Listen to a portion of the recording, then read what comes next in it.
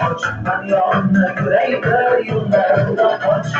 yolun bir vefadıysan ben derdin bir davadıysan ben yolun bir vefadıysan ben derdin bir davadıysan ben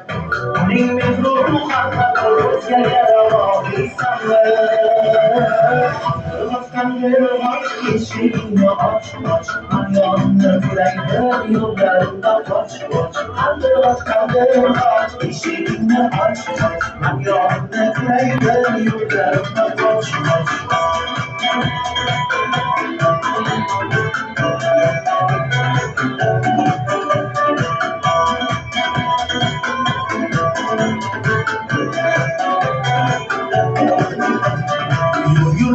yol yurdum oluyordum bu yer sabah muhabbet kaç işken futbolda oldum yanlı koyarım bir daha yer koyarım çıkmasak kaçasından benim karısa koyarım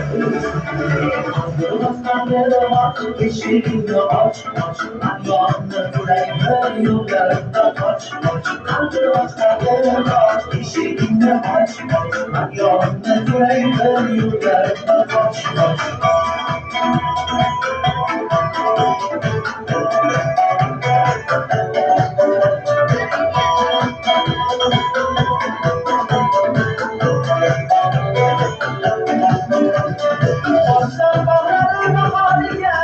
Muhabbeti bir tekrarıyla bir kanımızın yanılmaz Muhammed'e intizar eken Osman'da ayıran var Yüreğinde mengen var Yürüdük kime kırgan orayı Ayvanında sengen var Yürüdük kime kırgan orayı Ayvanında sengen var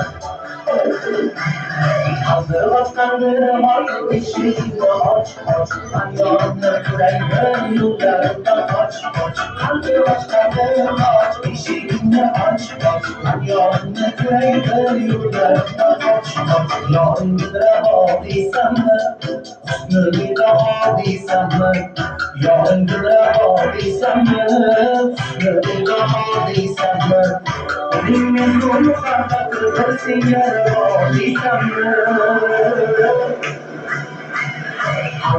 Kandırmak eşiğini aç ayağını yüreğime yollarında aç Kandırmak eşiğini aç